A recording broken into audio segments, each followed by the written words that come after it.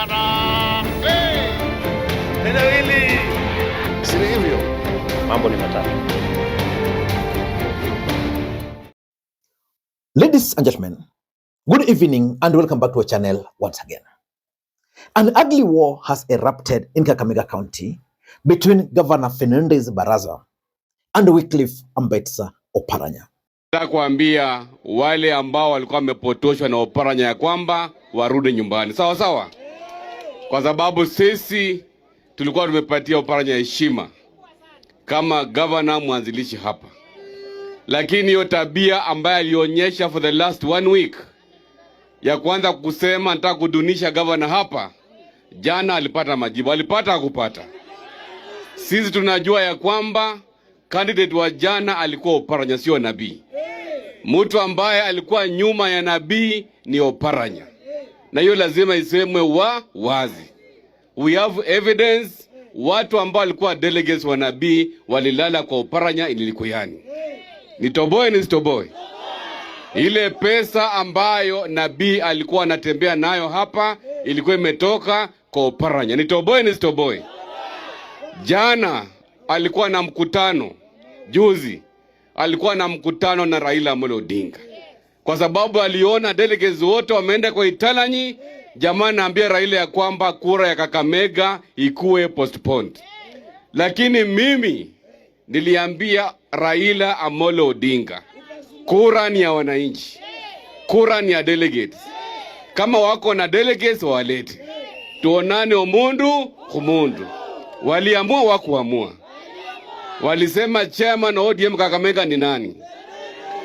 So mimi nataka kuambia Oparanya ya kwamba stop micromanaging Kakamega County. Ya kiongozi mzuri anakuja anatoka, na mnaleta wakora kama ule mlichagua hapa. Zangine unashangaa watu waliangalia nini?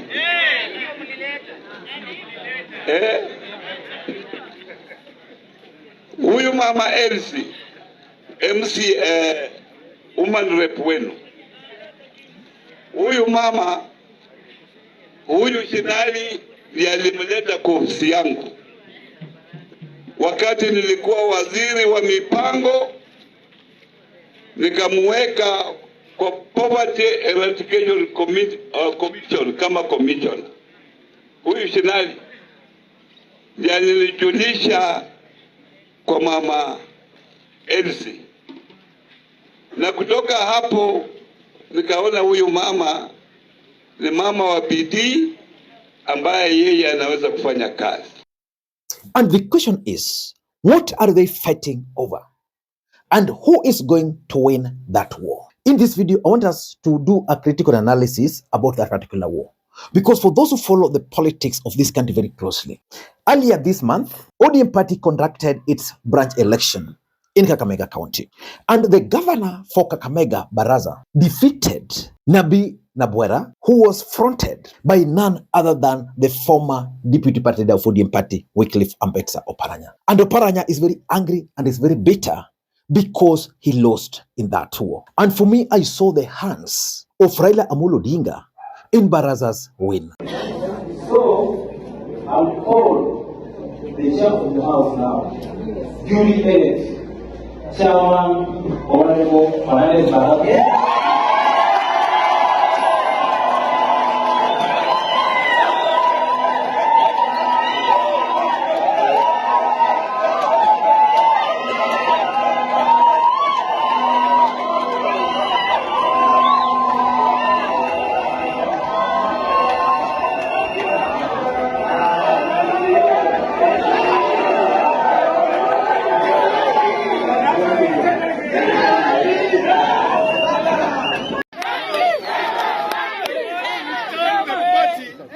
The owners of the party. Yes. This party has fought for opening of the democratic space. Yes. It is unfortunate that the party has been penetrated by goons. It's unfortunate that the people whom this party sponsored to positions of leadership are turning against the very people and setting goons against my members. Members of the Democratic Party.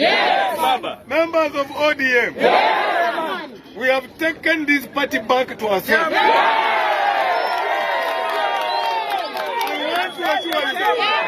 That it is not about Nabina Buera.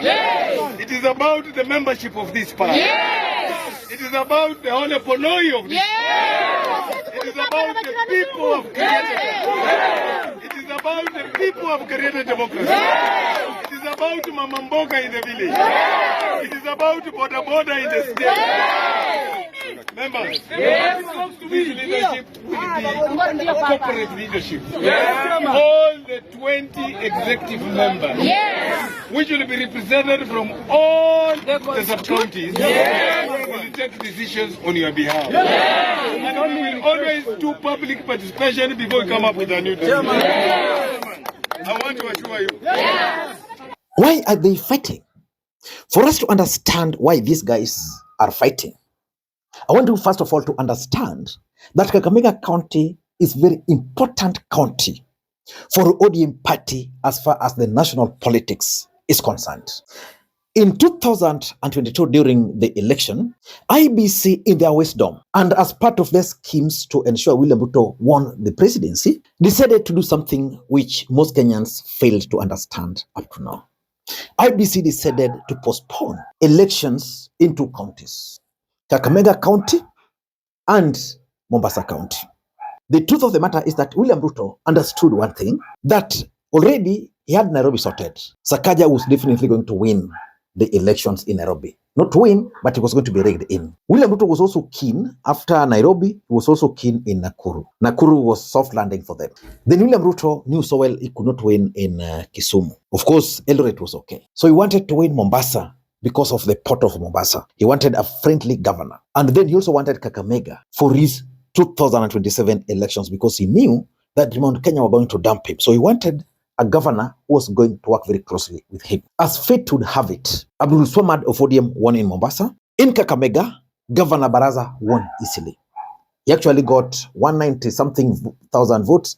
Malala got 150-something thousand votes. So Barasa won in that election. And after winning, because Ruto was still interested in Kakamega County, he decided to nominate Malala as the SG of UDA party and even made him a cabinet secretary without portfolio. Things moved on like that. But something happened. And because in politics, nothing happens out of mere coincidence. Immediately, William Ruto fell out with Malala. He picked Hassan Omar from Mombasa. Remember, these two counties, Omar was a candidate, Malala was a candidate. So Malala was made the SG of UDA. When they fell out with Ruto, he was removed. Then who replaced him? Hassan Omar, who was a gubernatorial candidate in Kakamega, the two counties. But let us not get into that for now. The truth is, as we speak today, Governor Barasa is being targeted by Wycliffe Oparanya. So what are they fighting over? Ladies and gentlemen, number one, there is the control of the county.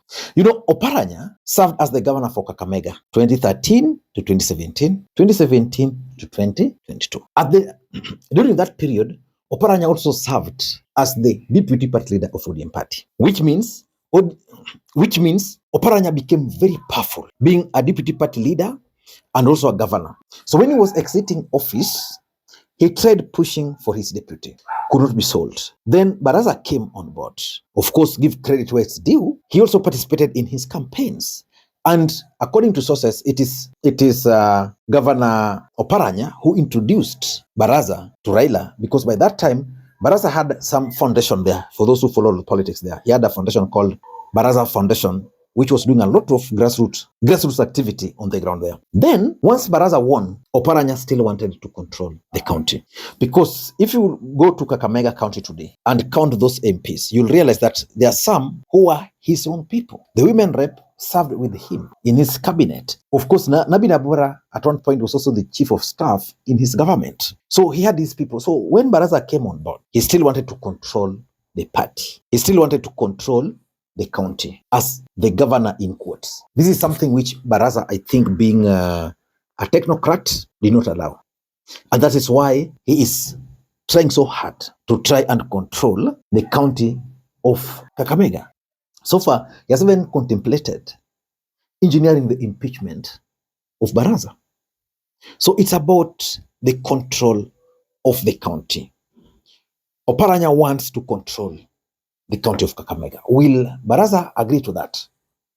Barasa is soft, lethal, might not agree to that. Number two, there's the control of the party. ODM party is the dominant party in Kakamega County. When elections were conducted,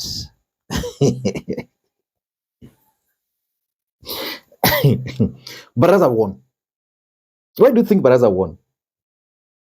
Barasa won because of two things. Within ODM party, there is a strong feeling that Oparanya has formed his own political party, and that he wanted to take control of ODM party so that when elections will be called and the ODM at the national level will not agree with his politics, then he will bolt out with that party. And that party is currently being owned by none other than Boni Alwale. That is the rumor on the streets, that party is actually being funded by Oparanya. Remember, Oparanya initially wanted Boni Alwale to take over from Barasa. And they even conducted activities many times before Oparanya was appointed to the cabinet in Kakamega County. So he's trying to, he was locked out by the party. Number two, there was also the feeling in ODM party that what Oparanya is trying to do is trying to populate his people within ODM party. And you see, the downside with that is that most of these people will swear now their allegiance to Oparanya and not to the party. And if you've studied Raila Odinga's politics, Raila Odinga's politics revolves around the governor. That's why Barasa was picked over Nabina Bwera, because Barasa is a governor. He works with the people daily on the grounds there. And being the county boss, it's easy for Raila, for ODM to conduct their activities at that level. As a matter of fact, personally, having worked very closely with ODM party, I can tell you, if the party machinery is not in the hands of the governor, they know that that governor is out of favor. So if Raila is not out of favor with Barasa, he would not have been allowed to control the party. So in short, ODM party is viewing Oparanya as someone who is keen on charting his own political path away from ODM party, but still wants to be part of ODM party by controlling the party. So they are not going to allow him to do that. At least for Barasa, ODM is sure that his interest is going to be one, to recapture his seat. And the only way to recapture the seat is to ensure that ODM party is actually strong on the ground. And number three, there is also the 2027 political matrix. Let me ask you, if you are ODM party, then you have a sitting governor in Kakamega who is not on the ground, not doing very badly. Then you are being pushed as a party to support someone else. Would you do that? Because if, for example, Barasa were locked out, and let's say he decides now, okay, you guys have locked me out of the party, I'm resigning from the party and charting my own political path. It would mean, even in Kakamega itself, it would be difficult for Raila Odinga to organize his activities without the governor down there. So the 2027 political matrix is actually also working in favor of Barasa. Personally, I'm not so sure of who is going to win between the two. But I want to tell Oparanya, sometimes I carry bad news. I want to tell Oparanya he must be very careful, because ODM party is not going to allow him to do what he's trying to do with that party. Until next time, this is Lee Makwiny. Bye-bye.